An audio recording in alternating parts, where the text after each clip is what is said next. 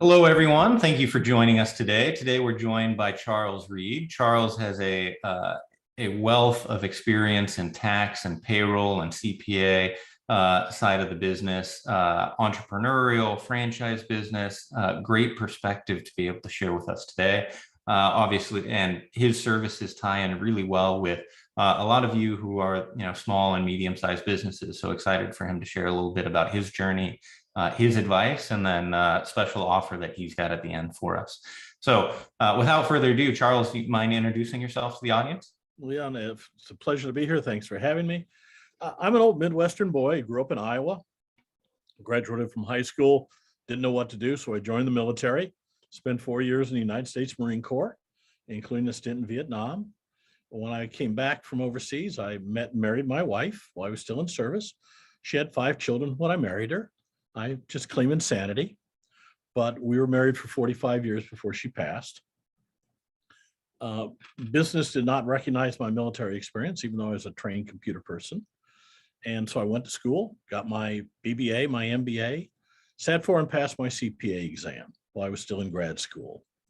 Went to work for Texas Instruments, spent the next 15 years working for large and small companies. Realized I was never going to get to the top of the ladder in the corporate world because I didn't have the political skills.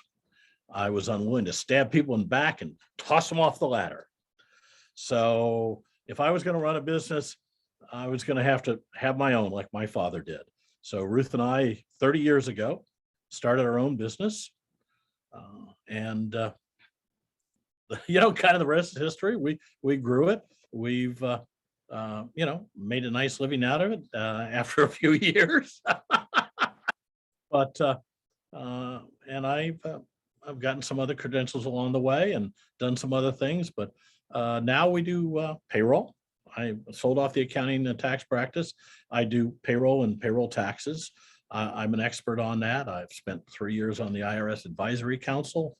I went and got my US TCP, my US Tax Court Practitioner's License, so I can represent clients in tax court without being an attorney. So it's been a fun ride. I've really enjoyed it. Appreciate that background, and thank you for your service, especially going through troubling time in Vietnam. And I'm sure as the world events are going on in Afghanistan, it's bringing back a lot of memories and it really is. Sentiments. And appreciate everything that you've done there.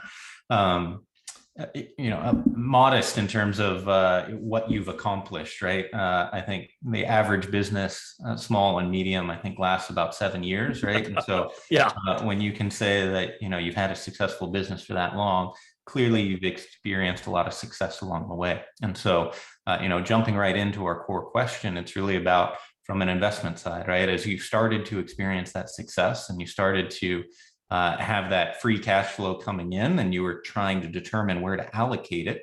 From your mindset and your strategic framework, how did you determine, how much to put back into the business, how much to go invest, how much to keep personally, right? How much to put against the house, and how has that changed over the years? Sure. Well, in the very beginning, everything goes into the business.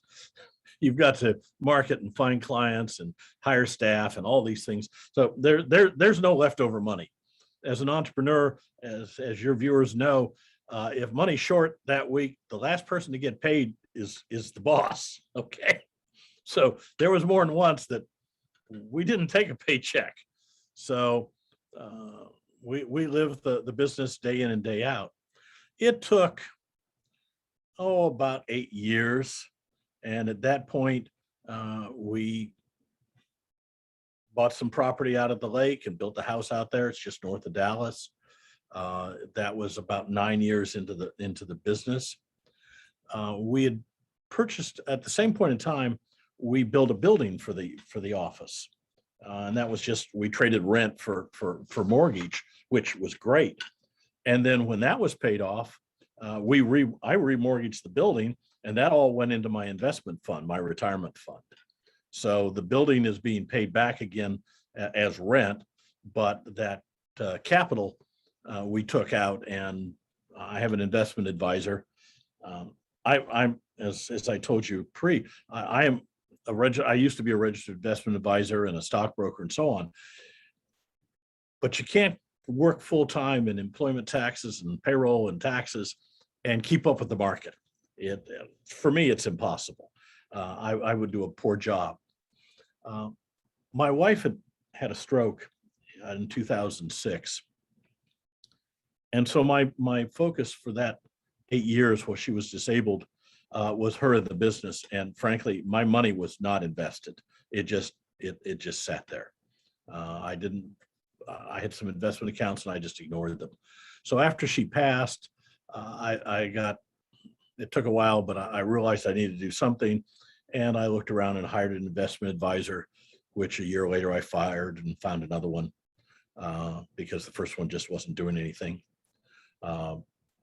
Private mutual funds and other things that just weren't giving a return. So I found a new one who has done very, very well the last few years. But that's kind of the transition. At first, everything in the business. Then as time went by and free cash flow, the house, nice house on the lake, and then a retirement fund built up, and it's nice. And I'll retire. I have the money to retire. Okay. I won't retire. My staff says, Charles, when are you going to retire? And I tell them, one day you're going to come in and find me dead at my desk. I've retired. That'll be the point, right? So you talked a little bit, it sounds like some natural kind of wealth accumulation over the years, right? In terms of the acquisition of property, probably paying down those mortgages through time to the point where they're, likely owned free and clear now, leveraging real estate as an asset for the business, right? Continuing to use it as effectively a deduction, right, against the income there. Absolutely.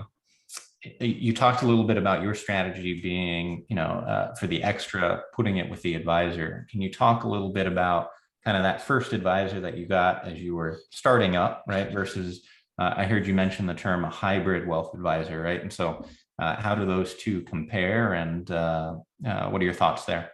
Well, the first wealth advisor I hired was local here in the Dallas area. And I let him do his thing, and he put me into some private mutual funds that he'd created, and they didn't return much of anything except to him. And we just weren't getting the return that we expected out of the market. The market was up and we weren't.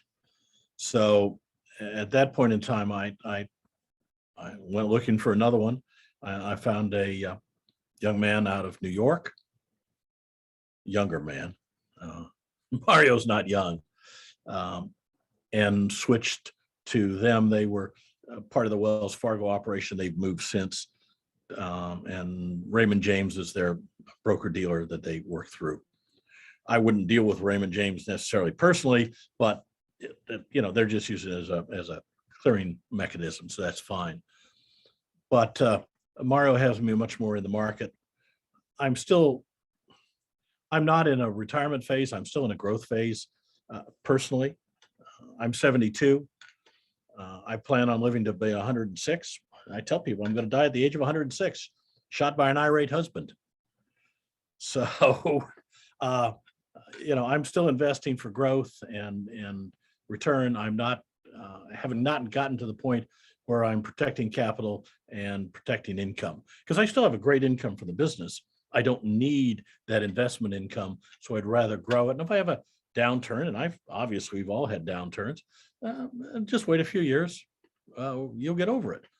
Now, if I were to retire, I would change the portfolio substantially into much more fixed income instruments and so on to maintain my lifestyle. But I've got my Social Security. When I hit 70, I took it.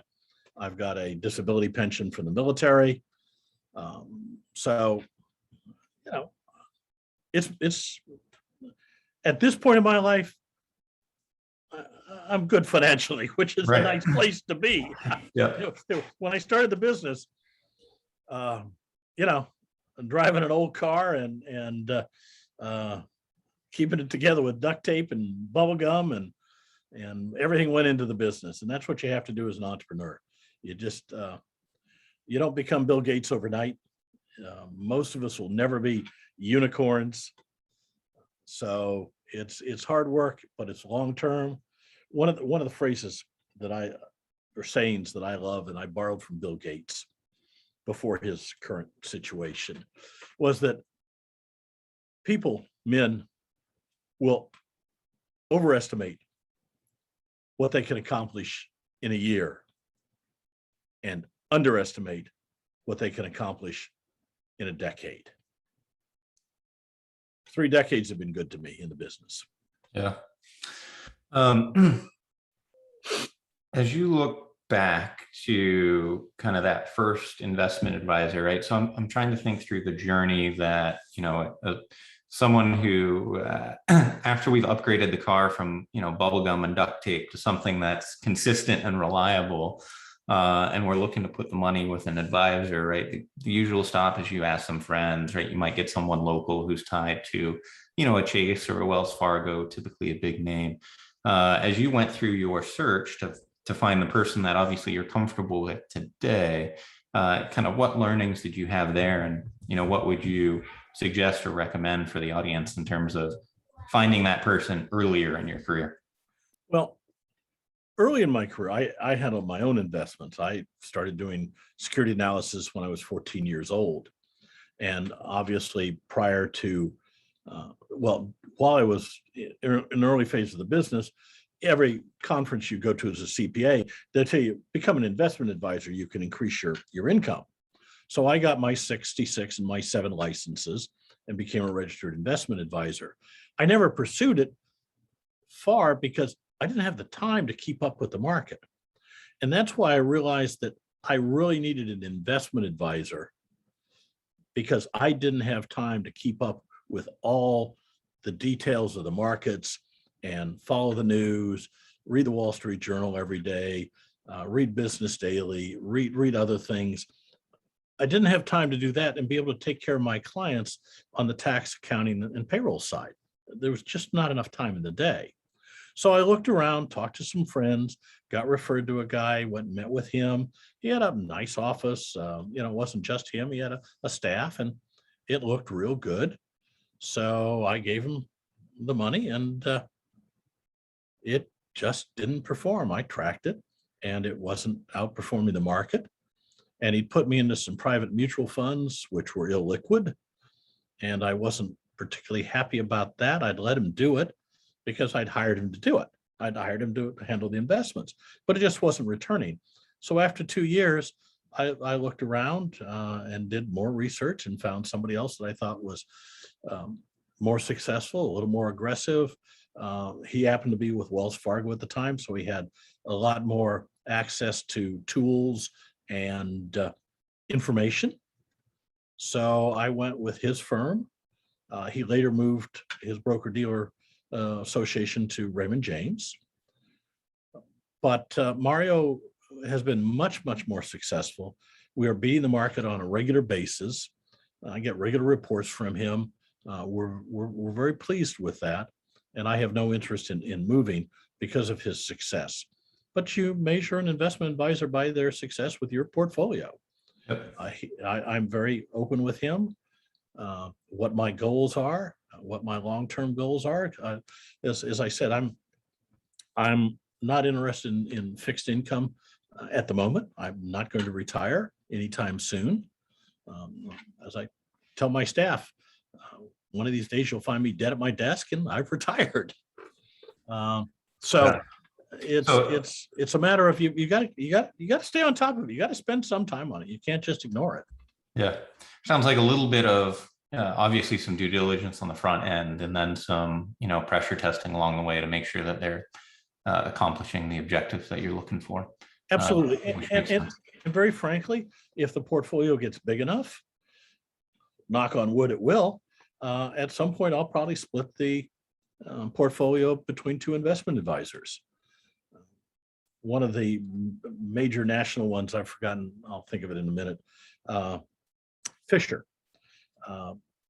Turns out I now know a guy that works for Fisher, and he's after me. I'm not particularly interested in going now, but at some point it might be nice to be able to give him a piece of it and see what he does with it. But not yet. It's not big enough yet to split. The other part is we've been talking about, obviously, the growth of your business has also come by adding additional services, right, or functions Yes. To it. How did you determine, when the right time to add those pieces were? And obviously, there was probably an investment that you had to make along the way, right? And so it sounds like, your company's been very successful, and there's probably been some huge capital injections, right, or at least overhead that you had to take on at certain points to fulfill those. And kind of how did you think of those? In our business, it's a service business. So the biggest overhead item, other than the building, which was a one-time thing, is personnel. And you hire somebody and you're looking at, roughly a minimum 30,000 up to $100,000 a year per person. Hiring that first non-cost center person, that first administrative person, was a real step. It was not something I wanted to do at all, but I got overwhelmed with minutia that I could have staff handle. Paperwork, phones, letters. This was before emails and so on. And hiring Penny was a real step in the evolution of our business, and one a lot of entrepreneurs never make. And they make a mistake with that. Sometimes you have to spend money to make money. That's a truism. So when we hired Penny, it freed me up to do more productive revenue generating work. And it became obvious to us within a few months that it was a great hire. Penny gave the best phone of anybody I've ever known. She was wonderful with people. She talked to them once and they'd call again and ask for me, and she'd know who they were and talk to them by name. She was great. But she was a non-cost center person. She didn't produce revenue, but she allowed me to produce revenue. Now, I'd seen this with my father as he'd hired, politically incorrect term, girls in the office, okay? This was 60 years ago, excuse me. So at one point he had 3 ladies working in the office and my mother. So I'd seen it done and I finally did it and was very, very pleased. It has allowed me to add other people, salespeople. And one of the things I finally did here a few years ago was added a marketing person. I thought I could market. I'm the boss. I wear all the hats. I can market, right? I hired a marketing manager. I realized I can't market my way out of a paper bag. and that's been the best thing I've ever done is hire marketing. Is it cheap? No, it's not cheap, but it's worth it. He brings in clients literally every week now without my input. I obviously I'm on the website and my book and everything else, but he's the one doing the acquisition. I don't have to. I have to worry about my staff and solving problems and putting out fires and other things and so on and making things work. But I'm not in the client acquisition anymore. And that's great because I wasn't very good at it. That's funny. Couple follow-ups that spurn from that. Number one would be, you talked about that non-cost center person. At what point, what size was the business? How many employees, right? Would you say, hey, you should really look at this? It was 3 of us, myself, my wife, and one other accountant. But it wasn't so much the number of people or the amount of work or the amount of money. It was my time that I, at that point in time, was billing out at $150 an hour, I think, much more now, was being wasted writing letters, answering phone calls, filing papers, doing things that didn't generate revenue.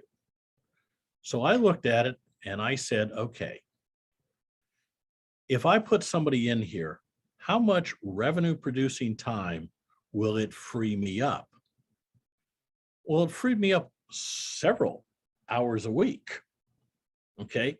Well, 5 hours was $750 a week, which was a lot more than I needed to pay her. So if I only got 5 hours a week in additional revenue producing time, it was a no-brainer. And it turned out to be more than that. It was a real eye-opener how much additional time. And on top of that, she was far better on the phone and handling clients and taking complaints than I was.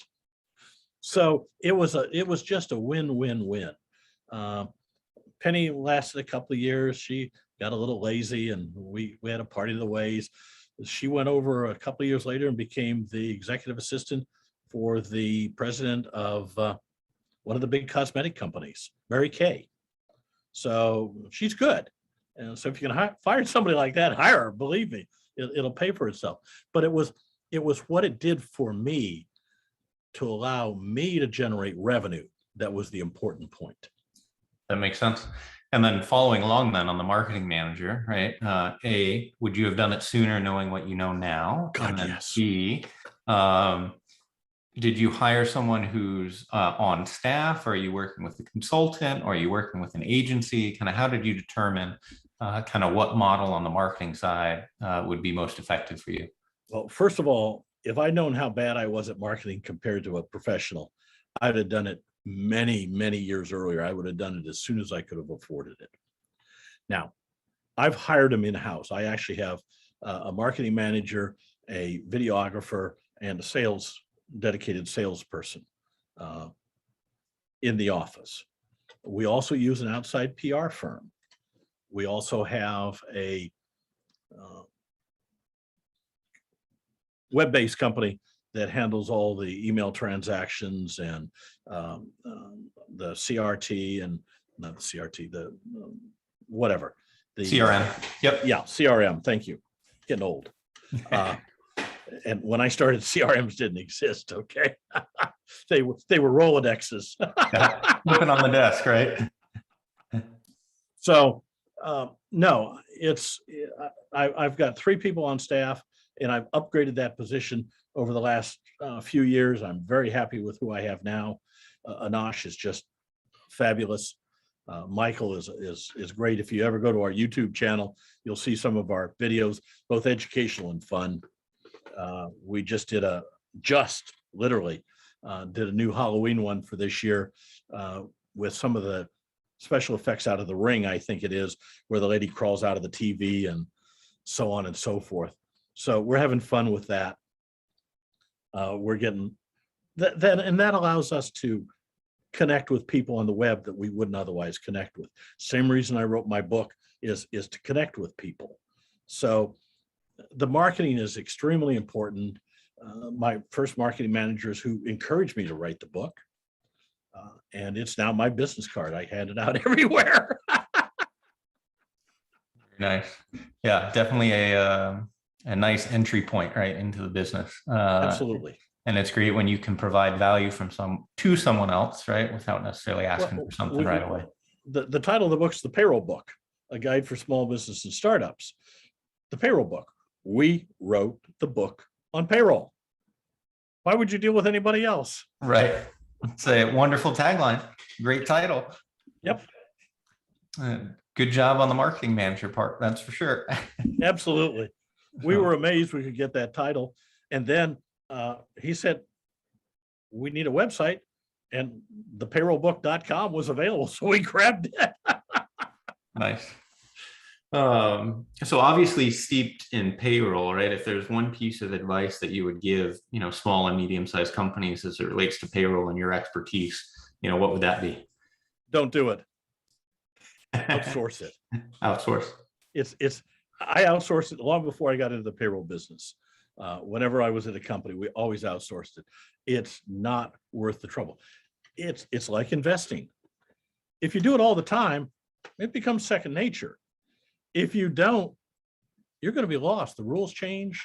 The market, the market changes. If you don't keep up on it, you can't be a good investor. In payroll, the rules change all the time, state, local, federal. And if you're not on top of it, you're going to screw up. And if you're not a professional at it, dealing with the IRS is very difficult. I normally don't let my clients talk to the IRS because they tend to get upset and yell and scream and say nasty words and so on. And, I've told them that for years. And here, last year, the IRS made a mistake on one of our taxes. And I caught myself on the phone screaming at the IRS agent that he was an idiot and didn't know what he was doing, and it was their mistake and everything else. And in the back of my mind, I'm going, Charles, you tell clients not to do this. Why are you doing this? And I couldn't stop myself. I was so irate. There's something about human nature and sitting on the phone for an hour to express your, it gets at you. It does. So it's one of those things that you should outsource it, like investing. I'm quite capable of doing my own investments. I learned it very young. I studied it. I studied Graham and Dodd 50 years ago. I know how to do it. I don't have time anymore. I don't keep up on it. I don't look at the market all day long, every day. I don't look at the market sometimes for months at a time. I've got something to do it.